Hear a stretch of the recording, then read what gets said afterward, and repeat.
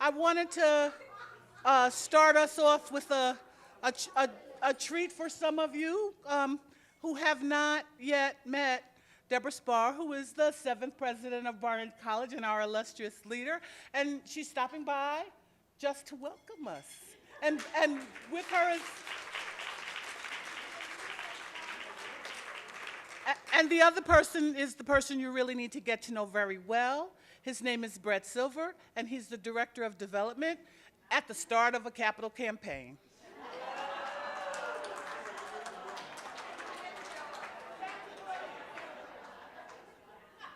And as we go into capital campaign, I fully understand I go nowhere without Brett by my side. So it's just a pleasure to come by and say hello. I will do anything Frances ever asks me to do. I believe in just following her around, but it would be here in any case. Mary Billington, who's been a research assistant for me for a while and graduated Barnard a year and a half ago, pointed out walking in, wow, this is the class that came here in '68.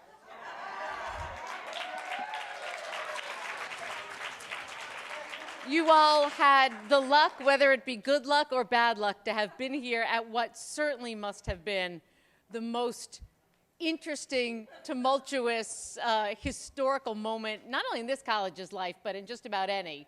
So I won't have the time this evening, but I would love to take the time at some point, hear your stories, hear what it was like here, and hear your reflections looking back. I'm in the final stages of writing a book right now on what was supposed to happen to women after feminism and what's happened instead. And you all are really in the critical years for thinking about that. You were there at the creation of feminism and not anywhere, not just anywhere, but at Barnard, which in many ways really was the crucible. Barnard, Columbia, New York City, you were there and have now had these 40 years to reflect on where we've gone. So we will try and get you back and collect your thoughts and get some intergenerational conversations going. I keep hearing from many, many current students that they wish they had greater opportunities to talk to alums, particularly of your era. Because it was such a, they're jealous, right? Yeah, right, literally, we were just in that. So to be continued, but have a lovely evening. Thank you for being here, and congratulations to all on your reunion. Good night.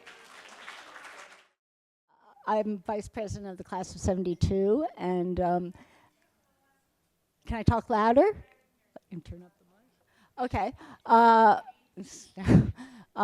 Yeah, so I was head of the reunion committee, and I had a great committee, great officers this year, and I want to thank them all. And it's a general big thank you to everybody and all the calls, the letters. You received them, so you know what I'm talking about.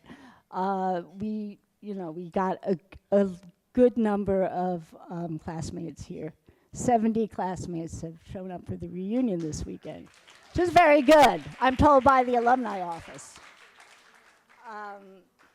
And I do want to thank you all for showing up and making us feel that all that work and time we put into it was, it pays off.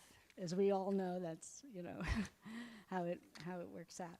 So I also wanted to just give you an idea of the fundraising and how that went, because as you know, this is not only the time to get back, it's the time to give back. And that's my catchphrase for the night. Our theme was to get back to Barnard, because the Beatles and all that, you remember. So we will also want to emphasize giving back, and we did well in that area too, although probably not as well as we could have. But we think of the glass as half full. We at least went over half of our goal. We were more than halfway there. And the total we've raised is $121,717 for our 40th reunion. And yeah, that's a good total. And 36% of the class participated. Now there's still time to give, and the percent also is important for applying for grants and showing participation of alumni in fundraising. So that number could be better, but there's still time. But I do congratulate and thank everybody who has participated in the fundraising effort. So I guess I'm going to now introduce, oh yeah, actually I also wanted to mention the class book, because I have some samples here if people want to look at it, but you know that it's all online. It's free. You go to our class webpage and you download it. It says Class of 1972 book, recent activity. It was posted by the alumni office. You go there and you can read it online or print it, black and white color. You can bind it. Do you have my, I just want to show my copy. This is what it looks like, and it's free. No, it doesn't cost anybody anything. So we think we've kind of established a new benchmark here for class books, because the survey and everything was online, and we got a good response and very thoughtful and funny remarks, and I think everybody would have a good fun read if you get around to looking at this. So thank you. And we have a guest speaker tonight, Professor Rosalind Rosenberg, and I'm going to ask Goldie to introduce her. She'll speak for 15 or so minutes on feminism over the past 40 years. I know we've heard a lot about that, but she's an expert. And then we'll have a few questions and answers, and dinner will be served. And at the end of the evening, we'll have a few more words and a vote for the next officers for the next 5 years. Thank you. Enjoy.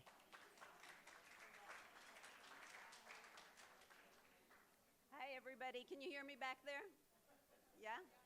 Yeah? No? Can you hear me back there? Yes? I'm hearing some nods.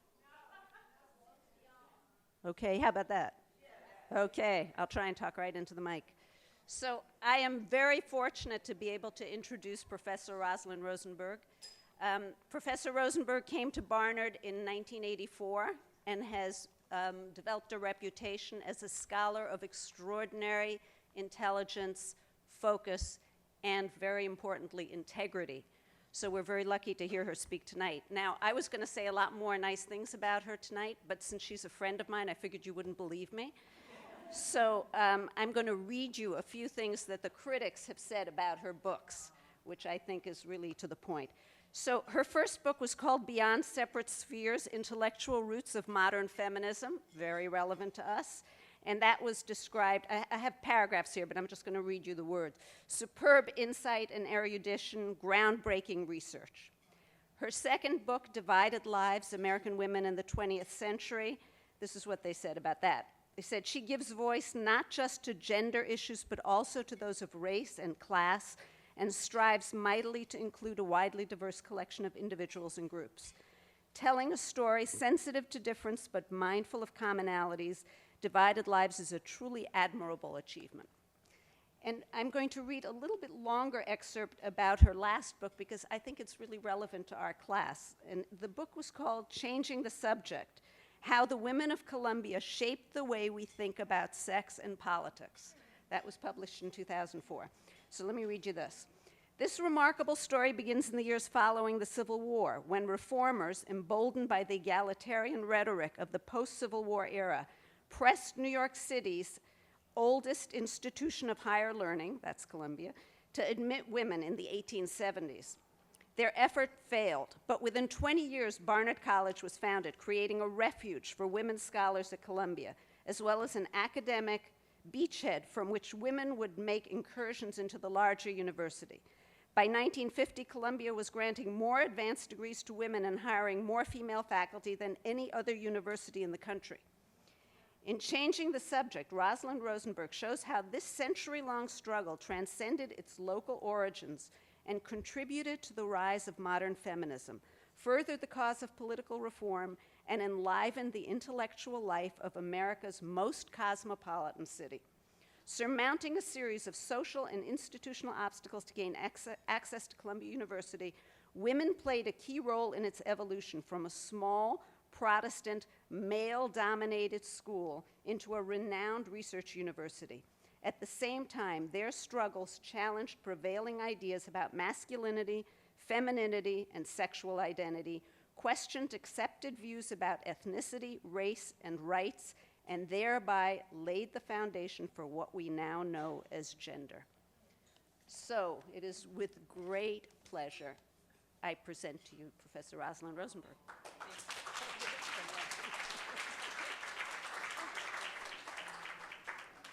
I confess to feeling daunted at the challenge of talking to you for 15 minutes on the subject of, what is it, feminism over the past 40 years.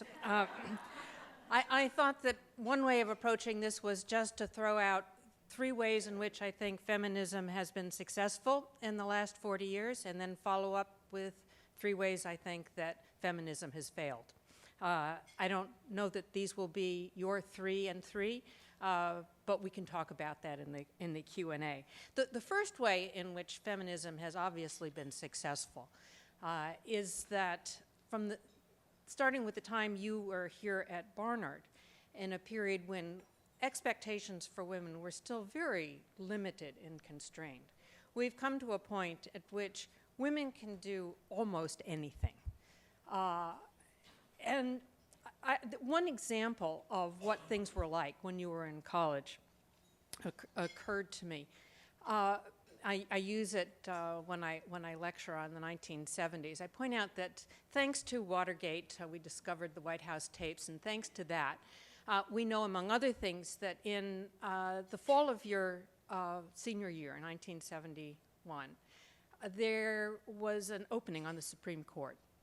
And Richard Nixon was talking with his advisors about what to do about this opening. He was desperately concerned to be reelected in 1972. He was aware that women were now voting in greater numbers than men. He thought that if he did something like nominate a woman to the Supreme Court, that could make a splash, might be good for 1–2%, but he hesitated.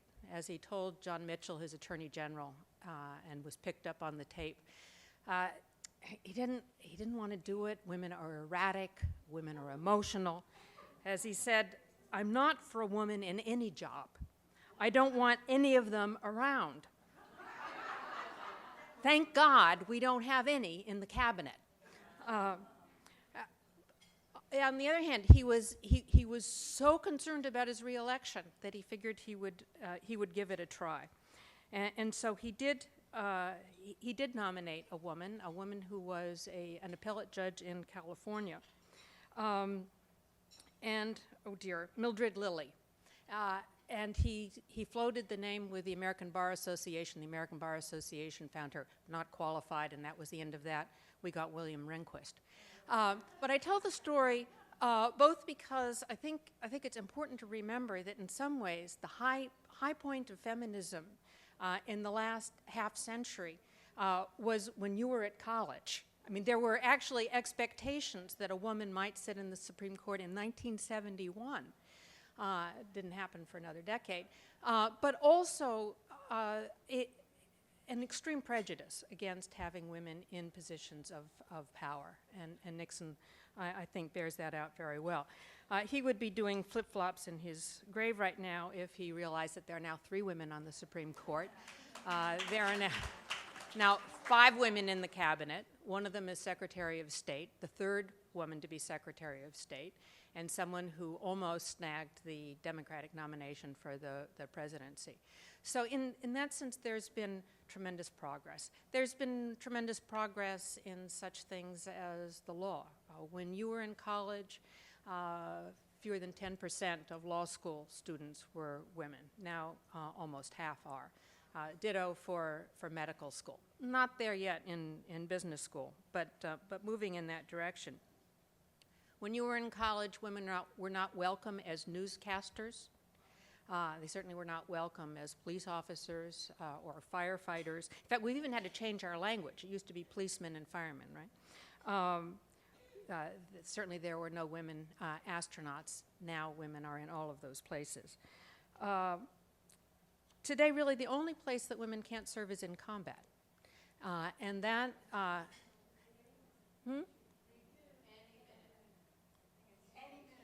Any minute, but this is tonight, okay?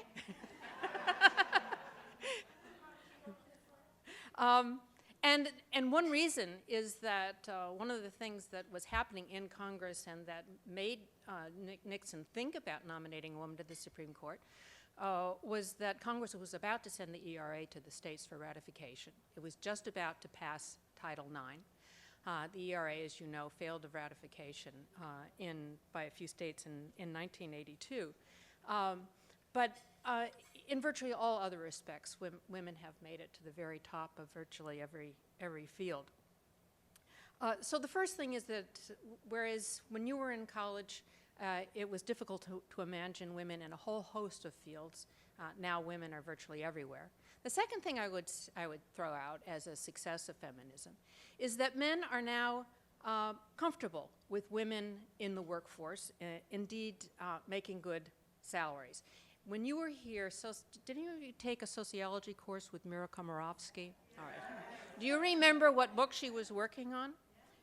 She was working on Dilemmas of Masculinity, which was a study of young men's attitudes towards feminism and gender roles. It was actually a study of Columbia College students' attitudes towards, well, she would have said then sex roles. She found that men were not happy, that is, the Columbia undergraduates, men were not happy. They were all for equal rights as long as that didn't change very much. A majority of them did not want their wives to work. This was a time when the majority of wives did not work.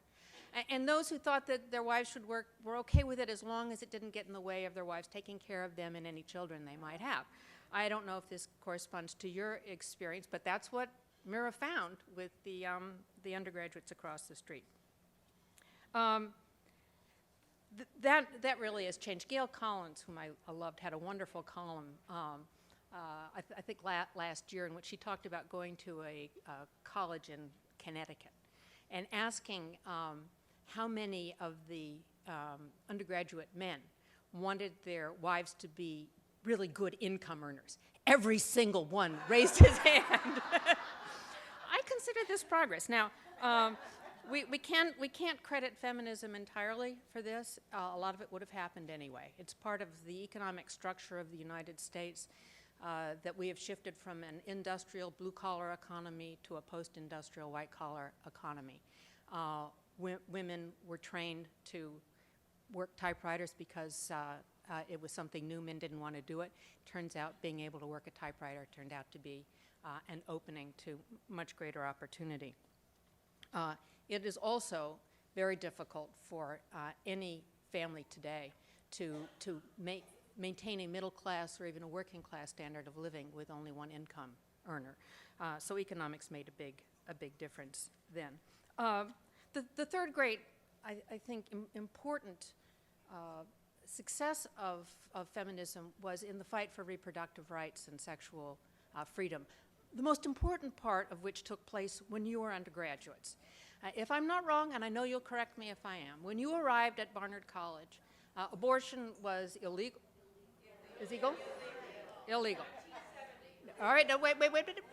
And if you wanted contraception, you went to Planned Parenthood.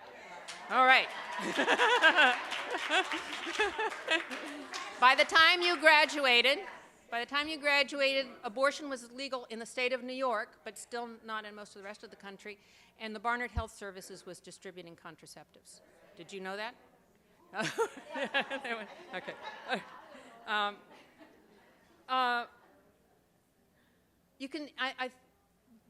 That was important for all kinds of reasons. One very important reason is that it allowed women to take control of their lives, to postpone marriage if they wanted to get married and have families, not to get married at all.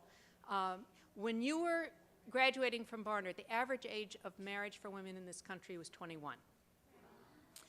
Today it's 26, which may not sound like that much higher, and certainly for those of us in New York, any child who marries before he or she is 30 or 40 is somehow unusual. But that was that's been a huge change, and it would not have been possible without women's having greater control over their reproductive lives. Okay, that brings us to the bad news. And the three bad things are closely related to the three good things. This often happens in life. The first is in reproduction and sexual freedom. Bad, bad, bad. In fact, only a few short years after you left college, the Hyde Amendment was passed to the Medicaid bill and has been passed annually ever since then, cutting off federal funds for Medicaid recipients to get abortions. So it's still possible for privileged women to get abortions. Not so easy for poor women to get abortions. By the 1980s, states were passing laws saying that hospitals that received state funding could not perform abortions. By the 90s, states were passing laws with restrictions, parental consent, spousal consent, waiting periods, and so forth. Things are even worse today.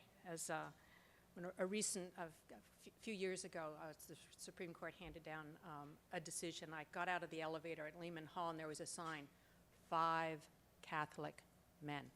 And the point is, if you have 5 Catholic men on the Supreme Court and issues of reproductive rights come up, then it's difficult. In recent years, the attack on reproductive rights has gone to healthcare more generally. In Texas, lawmakers recently banned Planned Parenthood from receiving any money from the state's Women's Health Program, not just to perform abortions, which is a very small part of what a Planned Parenthood does, but for any health care whatsoever, which means that 40,000 women in Texas who have been relying on Planned Parenthood for all of their health care needs are now without any health care. In New Hampshire, the House recently passed a measure that would allow any employer to refuse to provide contraceptive coverage if the objection is based on religious beliefs. Last month, Arizona, my home state, lawmakers approved a bill that bans nearly all abortions performed just 18 weeks after fertilization. In South Dakota, there are no abortion providers. It's just too dangerous in South Dakota.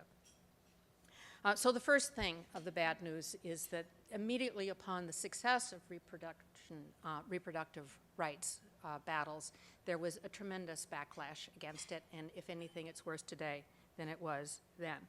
The second point, that men are now comfortable with women's working, continues to be true, but it's still extremely difficult for women to balance the work that they've been able to gain with family lives. And I think that this country does a particularly bad job about making that easier.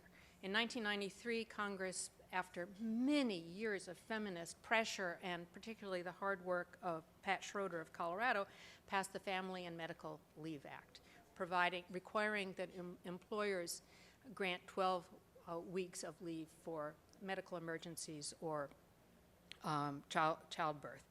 An important step forward, an embarrassment compared to other industrialized countries. Whenever I would talk about this, I always get the biggest gasp as I threw up the chart comparing the United States with Sweden. Sweden, 16 months of paid leave for working parents to be divided between fathers and mothers. Turned out women were taking all of the leave. So now, in Sweden, men have to take 2 months leave. Or the family only gets 14 months. But we're so far from that. Finally, yes, women can be anything. But in many respects, women remain tokens. One of my favorite classes has always been Women in Leadership, a favorite student. And in this class, we would spend the first weeks reading theoretical studies of gender, race, and class, and then we would move on to last bastions, as we called it, last bastions in politics, the military, and business. And in each of these areas, women are very much present, but they're a small minority. Women have made it into national politics. They're only 17% of Congress. Women have made it into the military. They're only 15% of the military. Women have made it into business, but for instance, they're only 19% of equity partners in law firms, and only up to 4% of CEOs of Fortune 500 companies. So women are everywhere, but they're not fully accepted, and as long as they remain such a minority in these traditionally male fields, in order to succeed, they have to be men. And that, of course, puts them in the position of having to be men, but then to be knocked down because they're not men. Now, a man can raise his voice, it's called leadership. A woman raises her voice, it's called being hysterical or a bitch. And so there's a great deal of work to be done in that area. Well, I can't leave on a down note. So following Deborah Spar, as she said at commencement, was anyone able to be at commencement? It was really great. She points out that graduating Barnard students today are going off to northern Uganda to fight for women's civil rights there. They're going off to India to educate girls in rural communities. They're building web pages and joining organizations here to fight homophobia and misogyny and all other hateful things. And it is on them that I think we can feel secure that feminism is going to continue to be an important and increasingly important force in American life. But it takes a long, long time, and 40 years in the great scheme of things is not that long. So, thank you very much.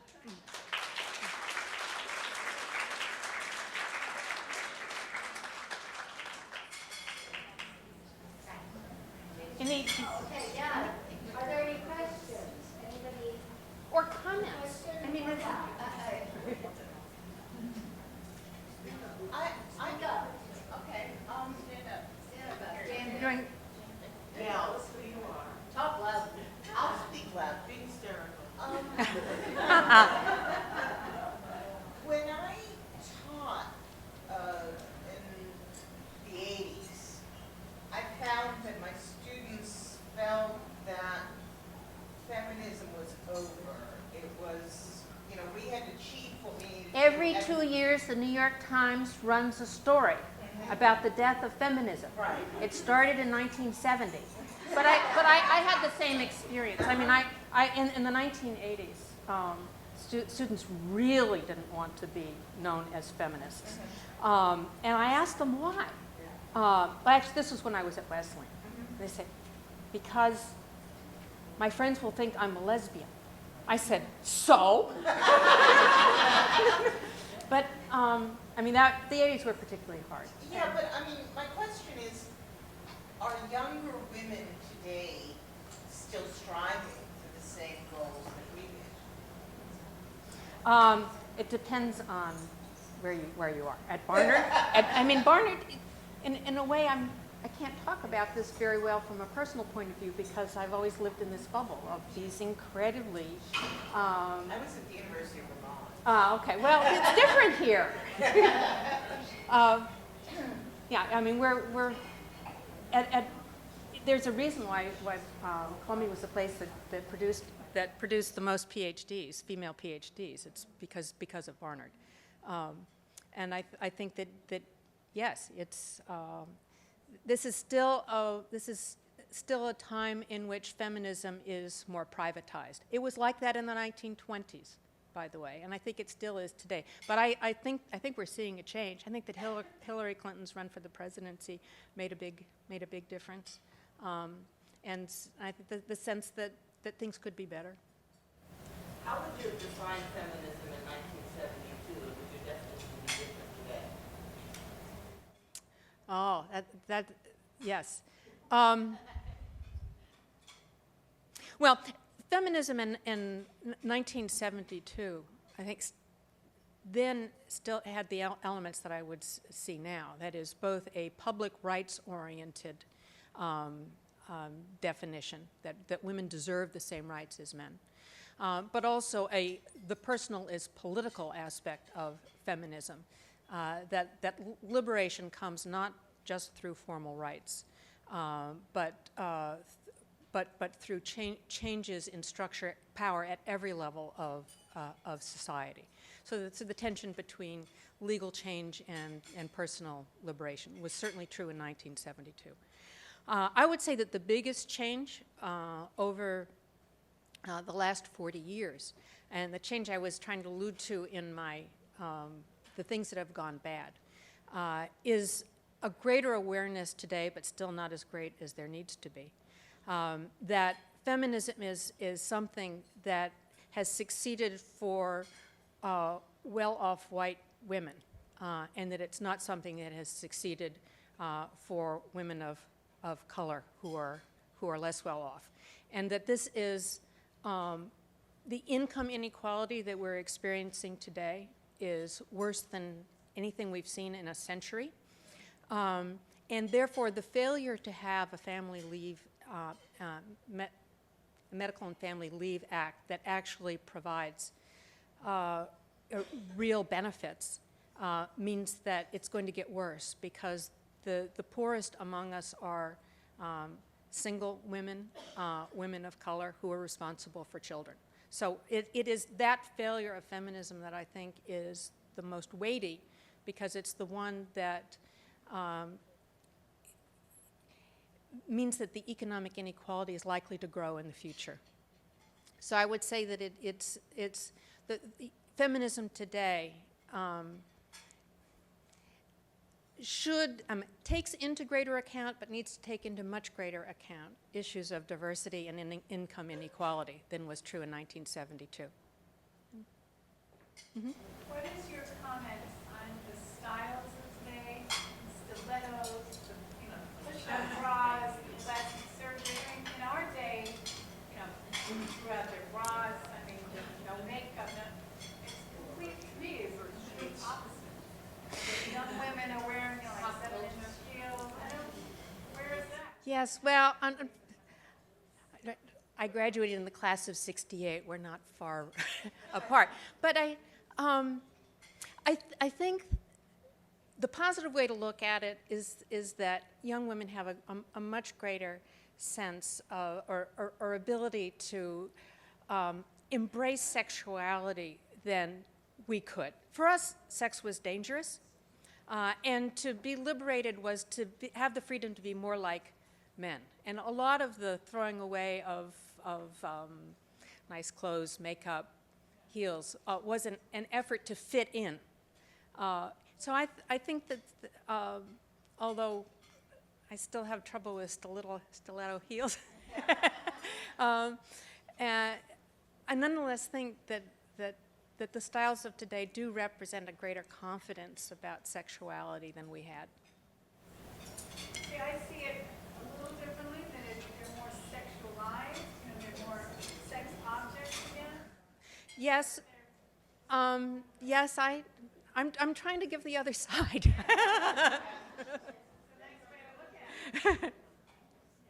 When you talk about the Family Leave and Medical Act, let us not forget it's only for businesses over 50. Yes, thank you. In a practice of doctors, the total number of employees was 48. Oh. I tell you, it did not extend to groups less than 50.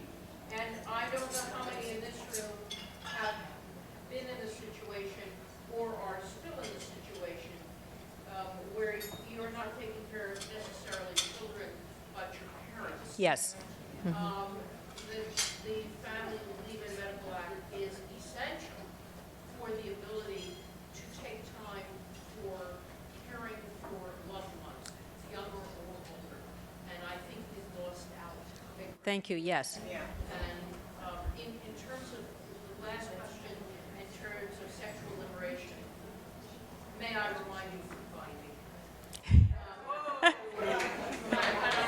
should not forget that we gave up the high heels and the stilettos so we could run when we needed to, whether it was for pleasure or for self-protection. And we have now a generation of foot-bound women who are victims, for sometimes of sexual violence, and that they are not sexually free. But I think that we have to see the foot binding issue, as I call it, and as not sexually liberating, and put it where it can be. Well, I didn't say sexually liberated. I said sexually confident. Not always warranted, but nevertheless, Valid. fair enough, fair enough. I agree with you that Hillary's running for president was an important louder. I agree with you that Hillary's running for president was an important milestone. But I was incredibly distressed about the comments that were made off of Chris Matthews Day. She reminded everybody of every man of his ex-wife. Those staggering remarks that were made. That wasn't the remarks that were made about President Obama. But nobody. Somebody ever called a white president a monkey. Okay. But somebody, that these things were allowed to float out there, and no one really stuck it to and called to account people who said things like that. I mean, that should be challenged. I'm not suggesting that should lie either. But there's no, I was glad she ran. It was great. But the idea that the things that were said that were just allowed to sit were, I was shocked at that too. Yeah. No, it is the burden of the pioneer, and it's the men can do it and it's fine. Women do it and they're bitches, or they're your ex. Now the most popular woman in America. Isn't that incredible?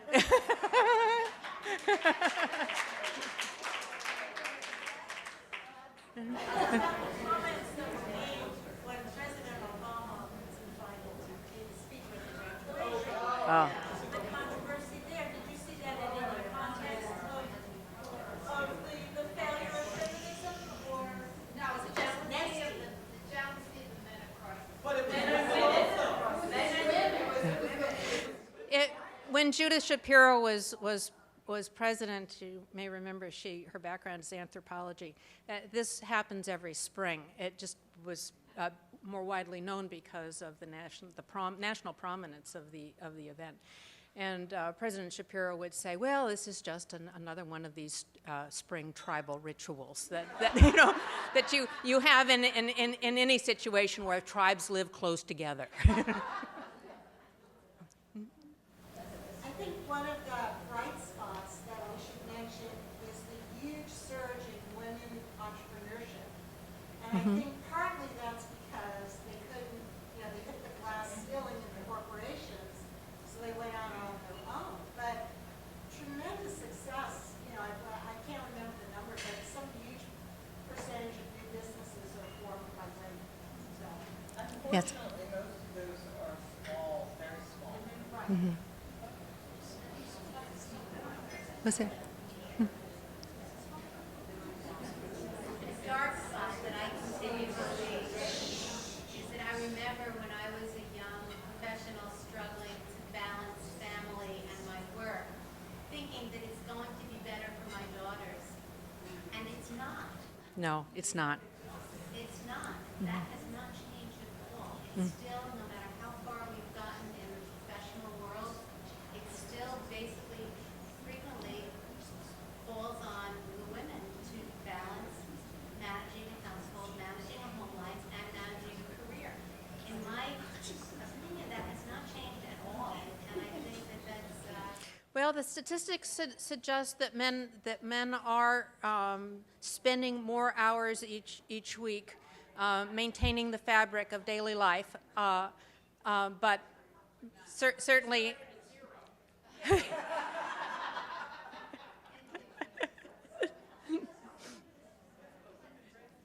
But yes. Anything else? When we think about fathers today, there is a huge difference in looking at the playgrounds and seeing fathers and children. And that's something we didn't see yet. Yeah. The biggest change in men's involvement in domestic labor is in childcare. Yeah. Yes, in the back? I wanted to say that in 1988, I was chosen with Condi Rice to be a member of a study on nuclear crisis management.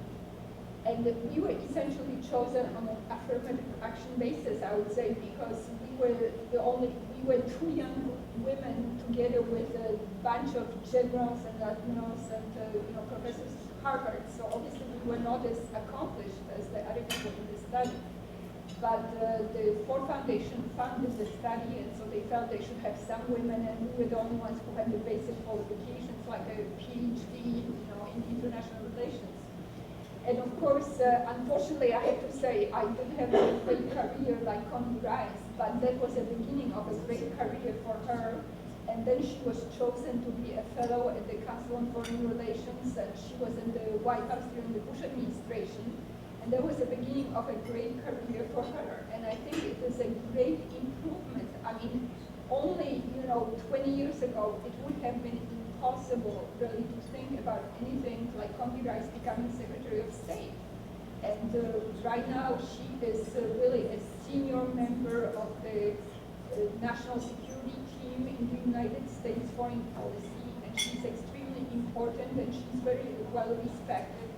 And this was all beginning in this sort of affirmative action program. And I think this is a great, great progress for women, really, in the United States. And I think that we should be proud of that and think about what we have accomplished. And I think that the things that are still missing are really relatively minor. I think that the women in the United States are in a great position to assume leadership.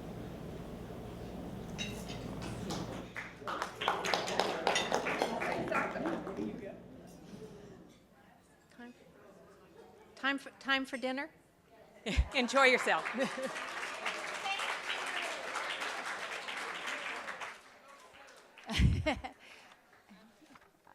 I'm here to wrap it up or something. I'm Susan Bear, and I ran way too many reunions and was president of this class for a number of years. And I want to do a couple things tonight. First, I want to say I know how hard it is to plan a reunion, so I want you all to really thank these folks because they worked really hard. Special thanks to Marcia for thinking of it and Goldie for delivering our guest speaker tonight. She was wonderful and so relevant for our class. I also think we are the sum of our parts, but some of our parts are no longer with us. And we all have the folks we know from school who are dearly missed tonight, some of whom worked really hard on reunions of the past. So I want you to think about those folks, and maybe that'll help you to write a check for Francis, but because many of them were people who participated in our class, but think about the people who are no longer with us for a minute. And I also want to say that for a group of no longer quite so young women, last night I was having conversations about 401ks and retirement plans. I'm thinking, oh no, what has happened to us? But as I look around this room, I think we look damn good. And so for whatever time we have, for those of us who have gone through life-changing experiences, for whatever time we have left on this planet, let's enjoy every minute. Thank you.